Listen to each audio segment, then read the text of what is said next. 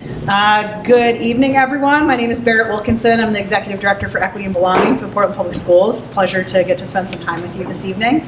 And the goal of this panel tonight is to really talk about what inclusion really means and what it looks like, and hopefully hear some very tangible examples from some very brilliant people who work for the Portland Public Schools. So, as we were thinking about this panel and what we wanted to do for this parent university, we were thinking about that really parents along with teachers are constantly doing the work to meet the needs of their students, right? And that changes. Like every time your kid gets a year older, there's like new things that they're learning, that you're learning, and that they're becoming. We're always attending to their social emotional development, to their educational needs, and really kind of figuring out what's going to work for them. We don't always get it right, and that's not what this is about. But I think when we do it well, we come from a place where we're always learning, and we're learning together. And I've certainly experienced that as a parent in Portland Public Schools with my kids' teachers. And so that's really what we wanted to bring to life in this panel. So the work to ensure that all students are supported does take sometimes additional focus and time and energy.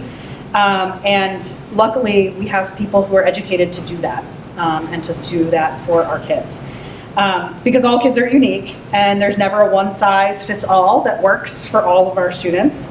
And educators figure out what is needed to support the unique needs of each kid.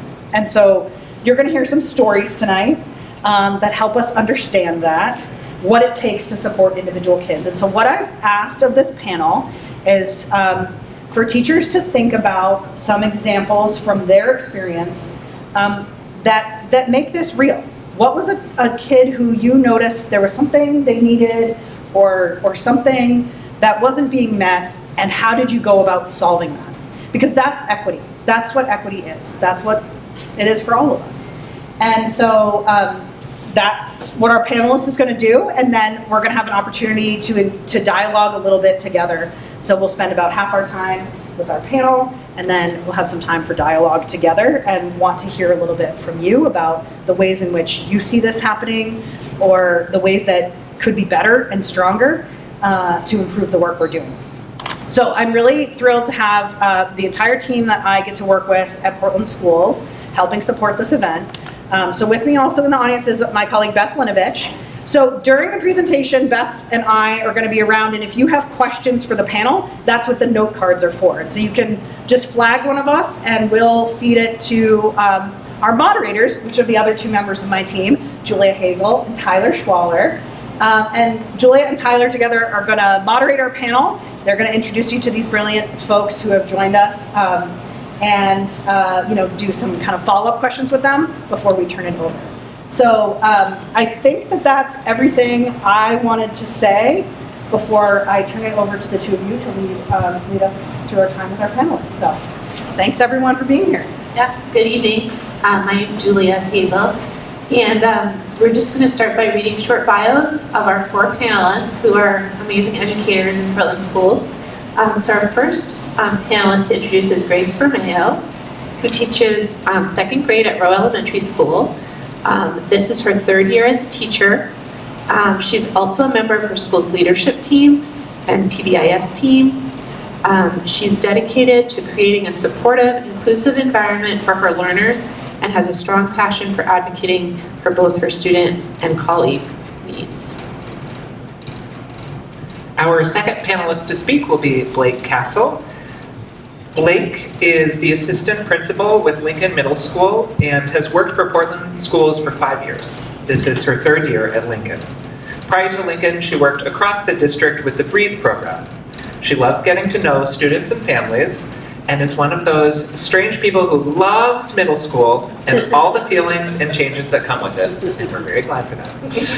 When not at school, Blake can be found exploring Portland with her husband and 2 young daughters, or reading a book.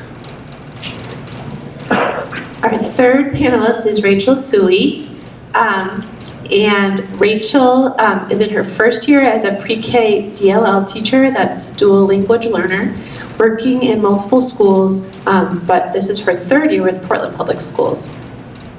She has a master's degree in ocean food systems and took a unique path to teaching. Having started at a daycare center during grad school, it sparked a love for working with kids. Her own struggles in school growing up motivated her to create a learning environment where every child feels safe, supported, and knows they're capable of great things. And our fourth panelist will be Zev Bliss. Zev is a fourth grade teacher at Reiki Elementary. Zev is a Portland Public Schools alumnus and is proud to return. They are passionate about their students and the liberatory potential of public education. So we're excited for all these great panelists, and we're just going to ask them first to reflect on the same question or prompt, which is that we recognize that the work of equity is making sure that each student has what they need to succeed. And so we would just like each panelist to share a story of a time that they worked to make equity a reality in their classroom or the educational environment. So we'll start with Grace. Hi everyone.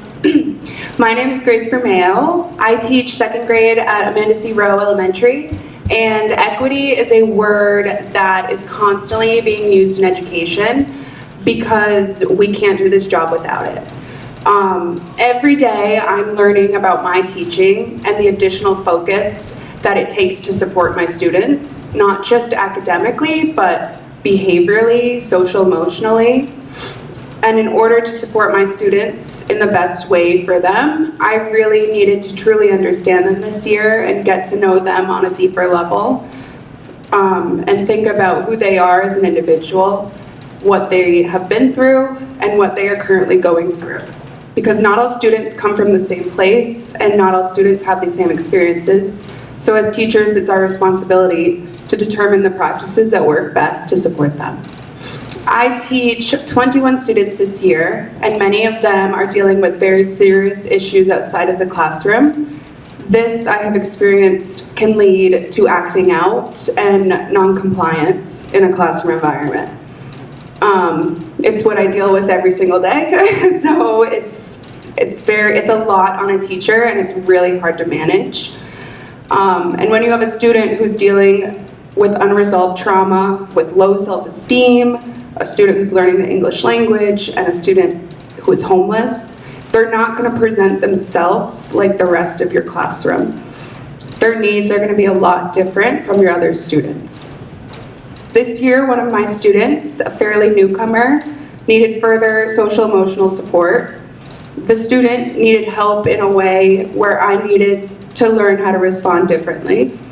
I had noticed some behavioral challenges within this student that would escalate to him running in and outside of the classroom, hiding in different spots of my classroom, not completing any academic work, and talking very low about himself and struggling with following any direction or expectation. When I tried using my typical behavior strategies with this student, nothing seemed to be successful. And when you're a teacher who's doing 100 things at once every single day, it's really hard to not feel frustrated and to not react. And sometimes as teachers, we tend to react to behaviors instead of responding to behaviors. And when you're reacting, you're minimizing the actual root of the cause. This student, I learned, was trying to send me a message, and I wasn't aware of it at the time. I needed to change the way that I was managing the behavior for my student. I had to dive deeper, and I had to take a closer look. And the next time that I saw him running around or hiding under my desk, instead of my usual strategies, I just sat down with him, and I had a snack with him, and we hung out. And I told him, I said, "You don't need to tell me anything, we don't need to do anything, but when you're ready, I'm here to talk." After that conversation, he began to open up to me, and I soon learned that his hiding and running away from me was a signal. It was a signal that he was trying to communicate with me in a way that felt safe and secure to him.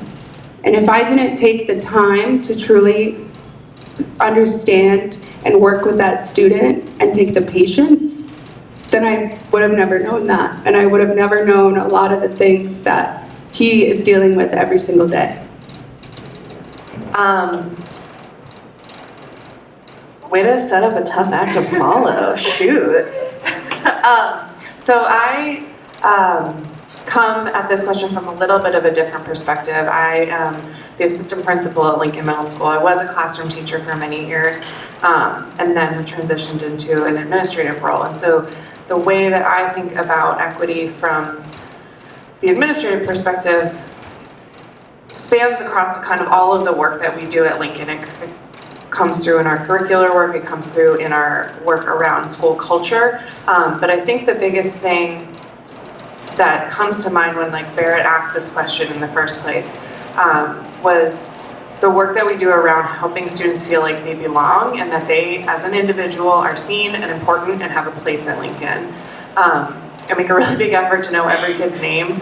I'm pretty close. If you quiz me, I think I'm like 85% right now, maybe 90. And then I think when we get new students, I think we make a really concerted effort to make sure that every student and every family that walks through our door gets some of my time, some of the principal's time. And we get to like introduce ourselves and show them who we are as a school and show them like where they can be within the school and how they can be seen and how they can get their needs met. I think like Grace shared, it's really important when thinking about equity to think about what does this kid need, what does this kid in front of me need to be able to do their best. And I think if a kid doesn't feel safe, if a kid doesn't feel seen, if a kid is hungry, if a kid needs a coat, if a kid is worried about something, then their focus is going to be on those things, especially at the middle school level when their brains are wired to be focused on like social things. And so important to make sure that their basic needs are met and then their social needs are met. So some of the things that I try to do at Lincoln to make sure that kids feel seen and like they belong beyond just learning kids' names is when we have a new family come, try to make sure I introduce myself, I try to make sure I show them around the office. I can often be seen speaking very bad French or Spanish to families to try to just like make a connection with a kid or a family in a language that feels a little bit more familiar with them. I've learned a little bit of a few phrases in Portuguese, but it's worse than my French or Spanish. But I think those moments of connection, those moments of vulnerability, showing kids that like we are here to help you, we are here to partner with you, and we're here to like I mess up too, I am learning too, I am like we're doing this together. I joke, and I made this joke with Barry earlier. Whenever kids come in, I make sure that they know where my office is, and we joke in the school that it's the people's office. I almost never go in there without like someone hanging out in my office and just having some space. And again, we like to just really make sure kids feel like if they have a need, if they have feelings that they don't know what to do with, if they are in a conflict with a friend and they're not really sure how to navigate it, we really try to make sure that they know where to go and that those things matter and those things are important. Because I think without that, again, like they're not going to be thinking about math. They're not going to be thinking about like the amazing ELA curriculum and work that we're doing. They're going to be really focused on those individual needs. And I think that like a lot of our work around equity is figuring out how to make sure that kids know that their needs are important and they matter to the grown-ups around them, and then teaching them ways to like communicate. And this, they're older, so we can use a little bit more like spoken language and stuff, but teaching them ways to communicate how to get those needs met, and then really listening to them. And when they do that, we have to like be ready to respond and be ready to like actually try to help them out. Doesn't always mean, like I have a lot of conversations with kids like, well, no, I can't take you to the quality shop to buy you a chicken tenders meal right now, but if you are hungry, I can help you get something to eat. So just really making sure kids feel seen, feel like they belong, and feel like they are important, and because they are. And our next story is from Rachel. Okay. Ooh. And now I'm nervous because there's a microphone in front of me. Well, I'm Rachel Suey, and I previously worked here at East End, and now I am at Reiki, and I'm also at the Pre-K Partner Site at Catherine Morrill, and I also go to Longfellow. I want to start off by saying that I am by no means an expert on this topic. I'm still learning myself, and I feel like a lot of what I've learned has come from witnessing how other educators do things. I also wanted to just know, as a previous ed tech, I think that ed techs, we don't have one on the panel now, but they do a lot of this work as well. I think that's important to note. And I think that you guys kind of already said a lot of the great stuff, but in terms of the giving kids a way to communicate, I think that that's, because in pre-K, I think that there's, communication is definitely for all pre-K students a tough thing. They're all learning how to use their words to express their needs and wants, and that's just like kind of an important thing, and it's interesting to hear how it does kind of trickle up to the other grades. I had a story that I was going to share that had to do with a student that I had last year when I was the pre-K ed tech here in a classroom, and it stemmed from the importance of building a relationship with both the student and, again, at pre-K when the kid is so young and sometimes their communication skills are limited for a variety of reasons. Building a relationship with the family and really understanding what is going on at home, if they're willing to share, and understanding how that might impact the student's ability to learn and access the classroom. And the student that we had last year, there was a lot going on at home, and there was a lot of movement, and the family was very open with us about that, which was really helpful for us to be able to understand some of the behaviors that the student had in the classroom.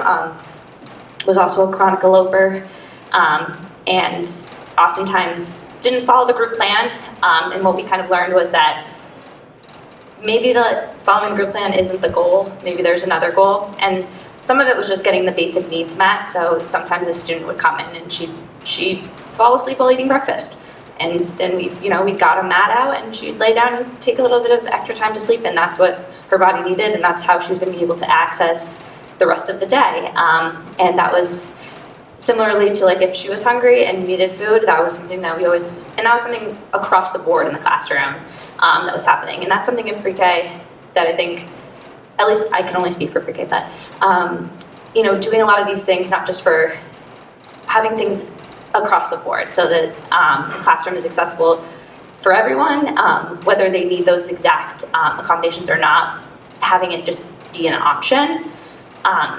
And to go back to that other student, they ended up moving and finding permanent housing in a different school district. And so she was able to get a spot in their pre-K program, and we were able to connect with her teacher there, it was really nice to be able to hear the quote that her teacher had sent to us was, "I'm so glad you reached out. The first day I said to my ed tech that she seemed like she had been in school before. I looked in her folder and saw it was Portland. She loves playing with the other students. She is learning their names and usually playing with the babies in the kitchen area. She shares nicely with others. One day she set up the chairs in a line like a bus, and the kids all sat in them and they sang Wheels on the Bus." And at the end of the school year, she emailed me again and said she is doing very well now. She is talking a lot and coming to group time most days. The kids love her. You gave her a good start to her education in public school. So it was just nice because some of those things were not necessarily things we saw while she was here, but it was good to know that although she wasn't able to access the classroom in the same way other students were when she was here, a lot of learning was happening, and she was able to bring that to her new classroom. And once some of those big basic needs were met, was able to really succeed. So again, the emphasis on making sure that school is a place that all students can be successful and feel loved and feel safe, and like it's a place for them.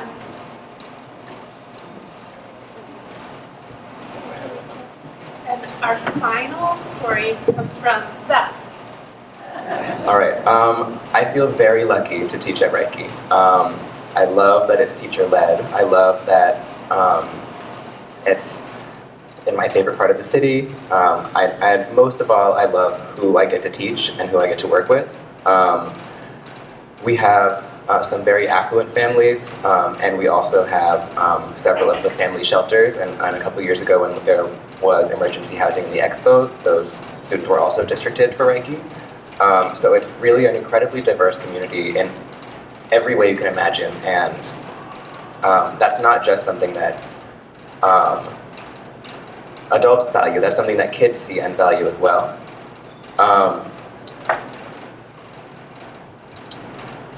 In order to access learning. Kids need to have their basic needs met. But just because on our little doc, I saw some of the other stories were focused on the basic needs, I wanted to focus mine more toward academics and the connection between the two. Especially because of where I teach, I really feel a lot of pressure to move kids, to help them achieve more than a year's growth, because I have so many coming in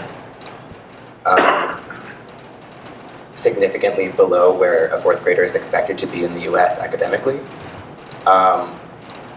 And they're not always ready to talk about academics. They have the social emotional needs.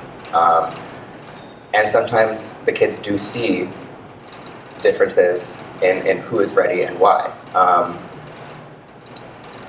A couple of years ago, when we were advancing in our math curriculum, somebody came up to me and disclosed that she was seeing a dynamic where she was like, why are me and my friends who speak other languages and who come from other places, why is this math so hard for us?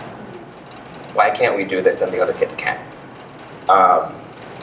And this is somebody who previously had some negative self-talk, and I'd spoken with her about it.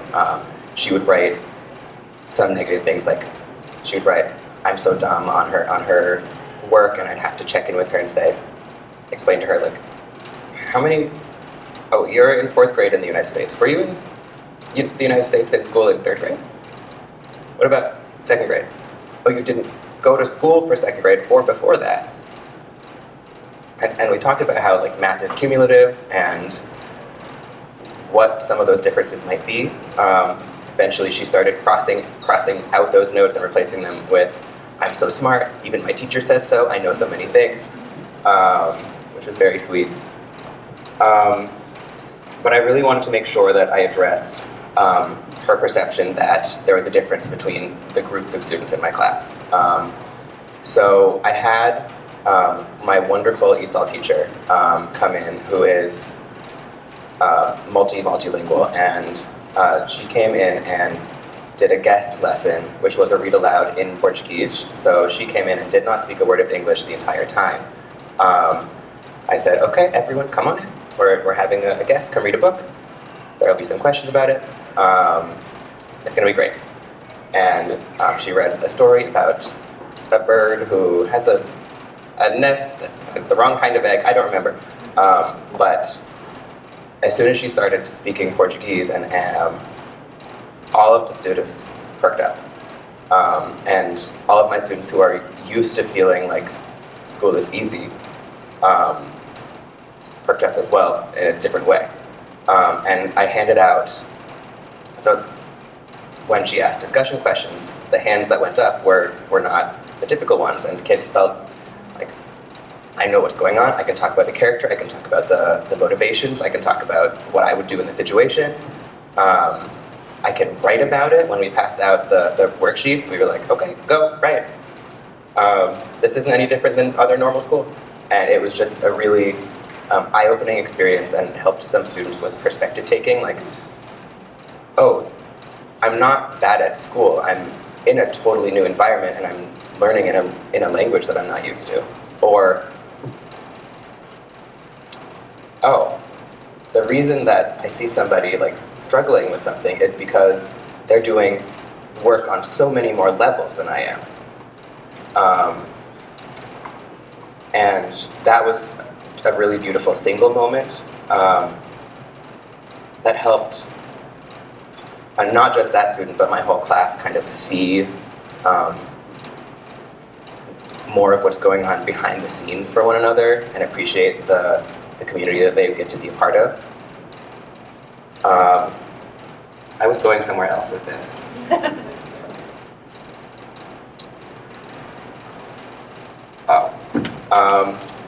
Just another general thing about giving all students what they need is, I do homework, which is not popular in elementary school, but I give differentiated homework, so there are several different levels, and I when I pass them out, I have like my fingers in different parts of the stack, and I'll pull one out without saying anything to give different students what each of them needs, and I give them the option to take on anything at the higher level. There's also exceeds work because gifted and talented is a form of special education as well. Students need to have work at their level and be challenged. But I don't use that terminology. I say this is the exceeds work. It is for anyone who is ready and willing to take it on. And the expectation is that you are working as hard as you can. If that means you're doing the grade level work, perfect. If that means you're doing something scaffolded with me, perfect. If that means you show me that you can pass the last most advanced question on the math lesson, and I don't need to see you do the earlier stuff, and you're moving on to exceeds, perfect. But you are working as hard as you can the whole time. Because we don't all need the same thing, and everybody should be getting what they need. Okay, I'm all done. That was the last of my little butchered notes. Thank you all. I think it's really special to have this window into your day-to-day and the ways you're thinking about students and the choices, excuse me, and the choices you're making to ensure they have access to learning, and getting to know students as individuals, so that, because like you just said, Zach, every student doesn't need the same thing. So we had a few follow-up questions, and we were thinking that maybe just like 1 or 2 people could respond to each one. So if you hear it and it speaks to you, feel free to just ask for the mic, and we'll give you think time too. So the first one is, when you notice that your usual or typical strategies to support a student aren't working, what are the steps that you take to identify what might be successful, and like what your next action step would be? And while you think, I'll just remind audience members that there are some cards if you have questions that you want to submit. Some are already coming in, so that's great. Thanks, Rachel. All right, and now that I have a microphone, I completely forgot the question that we just asked. Just kidding. I'm nervous. I would say I don't necessarily have typical strategies. I feel like I've never had success with the same strategy twice. So I feel like the way that I go about differentiating the education and making the classroom more accessible for students that are having difficulties is starting with that relationship building and getting to know them, and understand, what motivates them, their likes, their interests, every kid has strengths. So finding out what their strengths are and figuring out how I can use those in a way that's productive, in a way that can get them interested in what we're doing, or in a way that they can learn some of the skills a different way, but in a way that is of interest to them.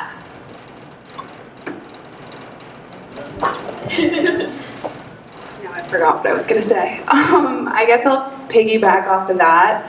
When my students are struggling, let's say academically, with being engaged, just learning about what they are interested in and changing. We've got some hard curriculum that we're teaching, and making it accessible for some of my multilingual learners has been a lot of the work that I've been doing this year. I've been working on adding in translations to my slides. I've been adding pictures to everything.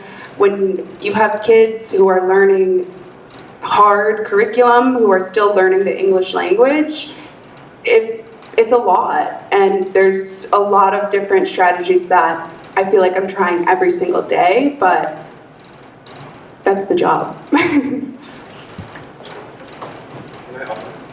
Sorry.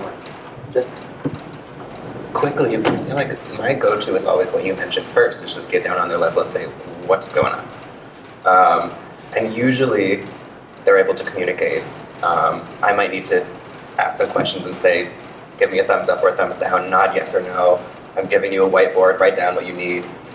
But just asking what the issue is usually a way it works for most kids. There are definitely some that need something else, and I will elevate it above me. But if you ask what's the problem, kids will likely tell you what the problem is. All right, we have a few great questions from the audience. One is fairly specific, and Blake, this might fit some of your experience or expertise, but it's open to all. The question is, how do you help children integrating from the beach program into standard classrooms? And we could just generalize that to any specialized program into mainstream classrooms. How do you work on that integration? That is a great question, and if I had one good answer, then a lot of things would be a lot easier, but I think the biggest thing that we try to establish is starting with connection. So whether that is a connection with a peer on the team that student is like working with, or a connection with the teachers, I think it really depends on the student, and like the approach that we take really depends on the student. We do like a very careful review of like the students' plans, what has worked for them, the strategies that they have, and make sure that we are able to adapt those for like any mainstream classroom, and then work really hard we do a lot of prep work with teams before with teams of educators before a student joins a class, and making sure that they know what the student's plans are, the things that like work with that kid, the things that might not work so well. And then establishing a time for that student to connect with the teacher or teachers and then peers on that team, so that they feel that sense of place, that relationship with the people around them. And again, like a kid knows where to go or who can help them if they are having a moment where some things get difficult. And I think another thing that's really important is, again, depending on the kid, depending on like a lot of things about them and their cognitive profile and who they are and all those things, being really intentional about talking to them about, hey, here's what this is gonna look like. Here's, if you're feeling X, Y, or Z, here's what you can do. Here's your get out of jail free card. Here's how you can, like, if it's not going well and you're feeling like it's not working, here's what you could do. And just making sure a kid really is aware of all of those things and how to get all those needs met. Because I think a lot of times, and folks, my like colleagues have shared, behavior is communication. When a kid does something, they're trying to tell you something that they don't have a better way to tell you in that moment. And so I think we do a lot of work trying to make sure that kids have a means of communicating what they need, and then knowing who to communicate that to get that need met. Our second audience question is, and Zev spoke to this a little bit before, so I don't know if you want to add on, but others or someone else might want to answer it. We'll probably just have one person respond because we have a third question, and then we're going to move to our discussion. What, in your experience, is the role of other students in helping to foster a culture of belonging and equity? How do you think kids can be a part of doing that? I think it's very important that other students are on board.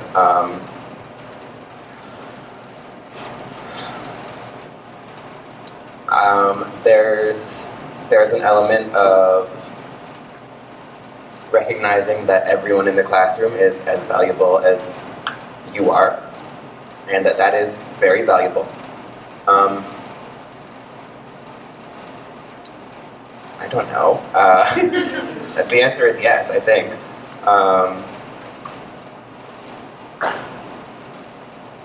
Yeah, when you're making norms at the beginning of the year, you've got to be clear about how are we going to talk with and about one another. How will we treat each other? I break it down into, how do you want students to treat teachers? How do you want teachers to treat students? How do you want students to treat students? How do you want each of us to treat ourselves? I don't know, anytime we get a new student, and we make a welcome banner.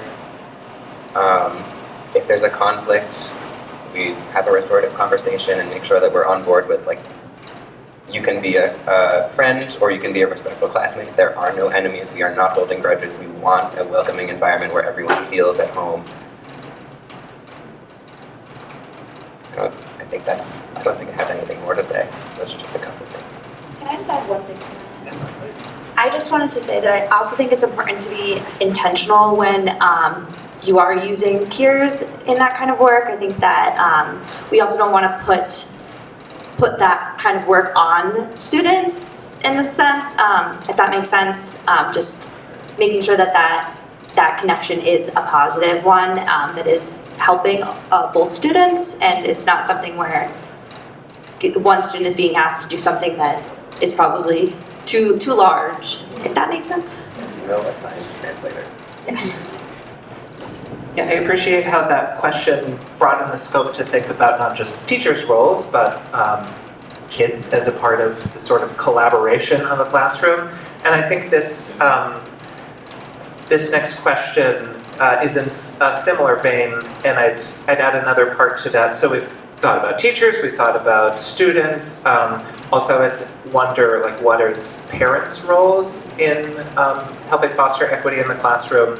And sort of related to that, I think these questions are like, what's the community's role? So specifically, somebody's asking, do you feel that your class size is conducive to meeting the needs of your students? What additional supports do you need? So that's very specific, and I'd invite people to answer those specific questions, but also invite you to consider, like, what's the role of the community, or what's important for parents to know in terms of engaging around equity and helping making sure their students' needs are met. I figured I would go first because pre-K is kind of unique, where a pre-K classroom, it's capped at 16 students always, and there's always a teacher and an ed tech in the classrooms. And I do think that that's, a really important and necessary model with our 4 and 5-year-olds. And some of those kids are 3 when they start. And I do think that I've never worked outside of pre-K, but I can't imagine being a lone teacher in a classroom with a lot of students. I think it's really helpful to have somebody else that you work closely with, that you can bounce ideas off of and stuff. For myself, I have 23 kids on my caseload across 3 schools, and I do often feel like I am not able to meet all of their needs because there's just not enough time in the day. So I feel for that piece of it.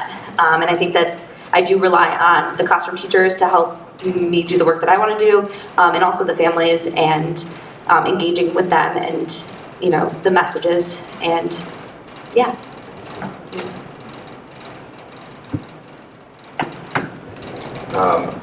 My first year, I had 15 in my class when the year started. This year, I have 22. I feel like 16 is perfect. The more students in a classroom, the less time each of them gets. It's just a fact. There's only one of you, one teacher. Generally, it would be beautiful, and I know other districts have an ed tech in every classroom. Those ed techs also deserve to be paid well, and those jobs should be attractive enough that qualified people want to apply for them. Yeah, it's a balancing act for everybody. I just want to also advocate for those ed techs. Their help is tremendous, and without that, as a teacher of 21 kids, as the only teacher of 21 kids in my classroom, it is the hardest year of my life, especially with 9 multilingual learners and 9 students who are above grade level. It's like this. And when I'm academically, it's a mess. And when you're the only teacher working to support kids who are at a kindergarten level, but then you're supposed to be teaching at a 2nd grade level, it feels impossible. I have an ESOL teacher 3 days a week for 1 hour, which I love, and when she's in my room, it's a whole different scene, and all of my kids are getting a teacher to speak to them during that lesson. And I don't want to take all the time because I could go off, but yeah. Yeah, I think I come at this question from a little bit of a different perspective. I began my career teaching in New York City, where I had 32 kids in my class. So I came to Maine and was like, wow, these classes are amazing.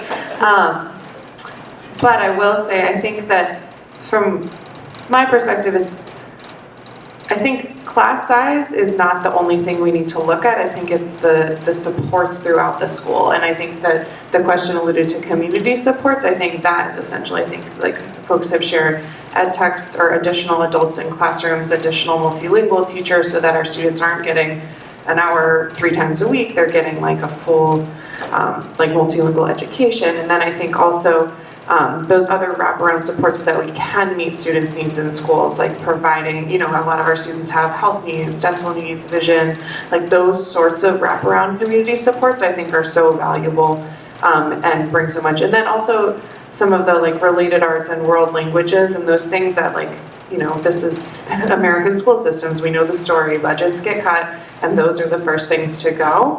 And I think that those sorts of supports as well that like really support or really educate a whole child. And I think that can also really help with equity and belonging because every kid finds their niche, every kid finds their reason why they want to come to school. Like, I'm dreading my math test tomorrow, but I have band, so I'm going to go. So I think that all of those additional supports in school, I would look at more than just how many kids are in each classroom. It's what is that whole school day experience and what does that whole school year experience look like to be able to like address kids' academic, medical, behavioral, social, emotional, all of those needs that they have. Well, thank you all. I think we're going to move into some time for conversation to hear from you and to connect with each other. But before we do that, I want to take a moment to thank all of our panelists who are so thoughtful and creative here tonight, but every single day working with our students. So thank you all. And it just strikes me that a key to the work that I'm hearing from all of you is just that intention to meet every student's needs, and that requires creativity and trial and error and your persistence each day and showing up to the students as they're showing up and trying to figure out what it means to meet each student's needs is really inspiring, and I'm grateful. So thank you all, and thank you all for coming. I'm going to turn it over to Barrett, who will lead us through the next step where we'll have a chance to talk with each other and learn from each other. So we have, I don't want to miss an opportunity to engage with parents and with these brilliant educators and get a little more information from all of you about what you're seeing. And so we have 3 kind of framing questions in the back of the room, and we can sort of do this as like a, you know, like a gallery where you can talk with people, maybe get a snack, and then engage in dialogue around one of these flip charts. So we have, what are the gaps you see in your student or their classmates' experience? Like, what have you noticed? What are the next steps needed to further improve accessibility and inclusion? You've heard some great examples today, but what else do we need to be doing?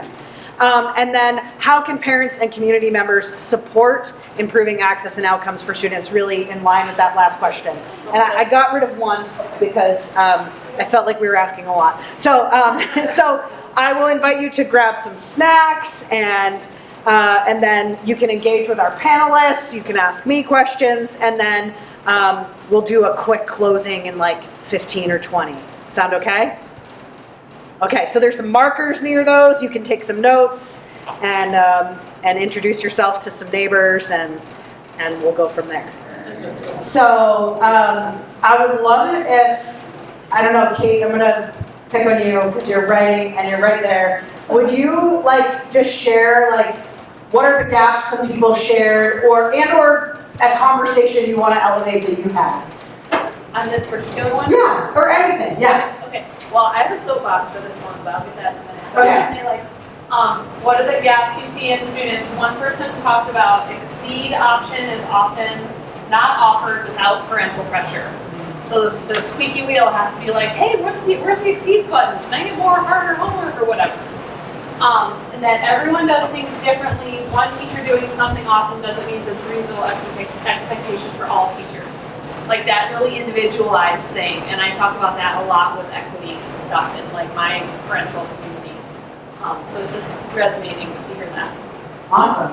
All right, does another parent wanna, or staff member, anyone wanna summarize what they see on the next sheet, which is the one about What are our next steps that could improve equity, accessibility, and inclusion? I can just read it. Thanks, Beth. So one bullet is advocating for more staff, yay. And the other one is I wish SEL curriculum could explicitly connect social identity development of students to the practical work to help accessibility in the classroom. More of what Zeb was describing in the Portuguese book reading example. Oh, nice. I want to add to that. Another explicit connection that I wish we could do is more explicitly connected to neurodevelopmental differences and also trauma differences, so that kids have a better understanding that everybody's different, everybody's brain is different, we're all coming from different places, different experiences. And so behaviors that we see that may be challenging for each of us in different ways have reasons, and they're not indicative of a kid being bad, you know? Yeah, right. Which I think, unfortunately, is a connection that some kids are making, especially in the context of who's receiving certain reward tickets. I think we have to be very careful about this. Is my little soapbox.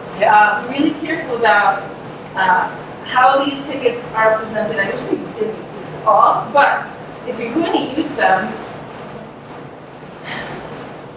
it just has to be really, really with great care and having laid a foundation that whoever's getting it, it's because of very specific and concrete behavior in their time, it's explained, and it's not, and if you don't get it, you're not a bad person. You know, we all have strengths, and your time will come. I don't know, something like that. But I just think there needs to be, at the beginning when you're laying out expectations about being respectful, responsible, and safe, let's also talk about the fact that we're all different, and we all have different strengths to offer. And so I think if teachers can model that acceptance and that understanding of developmental differences and background differences, lovely, good for you, that I think that can really be an example that students will run with, and hopefully view their classmates with more understanding and more forgiveness. Nice. If you're seeing a ticket system like that, is it something that you see like students with neurodevelopmental differences more likely to get more tickets or less likely to get tickets? So I'm only speaking in my own family. My two children do wear up tickets. We get a lot of tickets. And these are positive. Because, yeah, they're good kids. But what I would love their teachers and the schools to know is that these so-called positive behaviors, at least you're attributing positive aspects to the behavior, but in many instances, particularly with the older, I think it was more of a fawn response, which is not a good thing. It's actually an indication that she's stressed. There's something not right in the environment. And I don't want her rewarded for that. It's reinforcing behaviors that I'm trying to change at home, and it's undermining my efforts.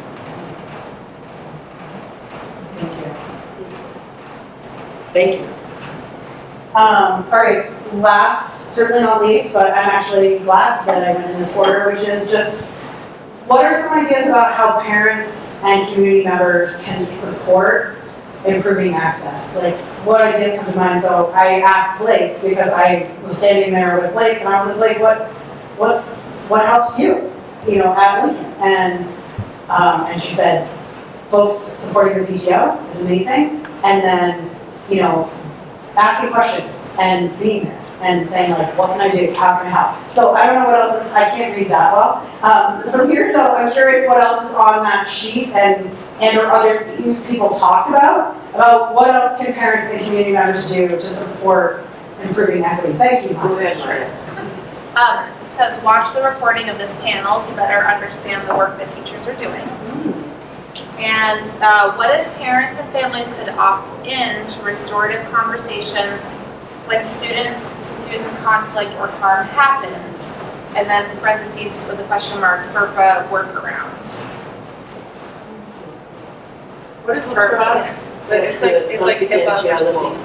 So confidentiality and secrets. So is there a way to do that and protecting the confidentiality?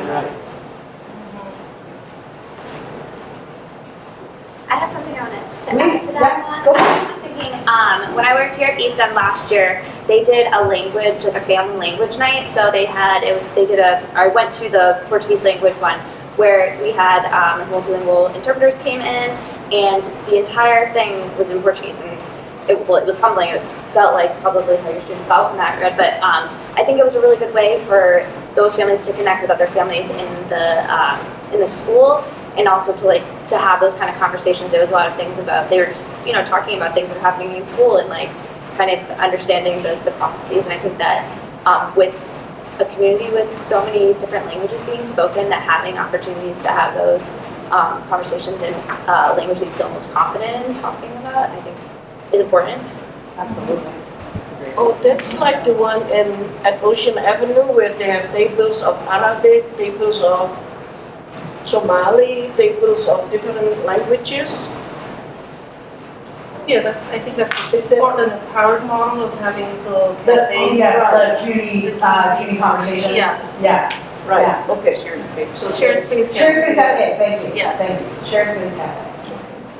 Got there. This has been really lovely to engage on this topic with all of you brilliant people. Thanks again to our panelists and to parents for kind of furthering the conversation together. This is wonderful and complex, and equity work never has a fine point on it. It's never a sentence we really get to finish. And so it's really valuable to get to have the opportunity just to talk with a group of parents and teachers and get to hear some stories and examples that make it really tangible. So thank you again for being here.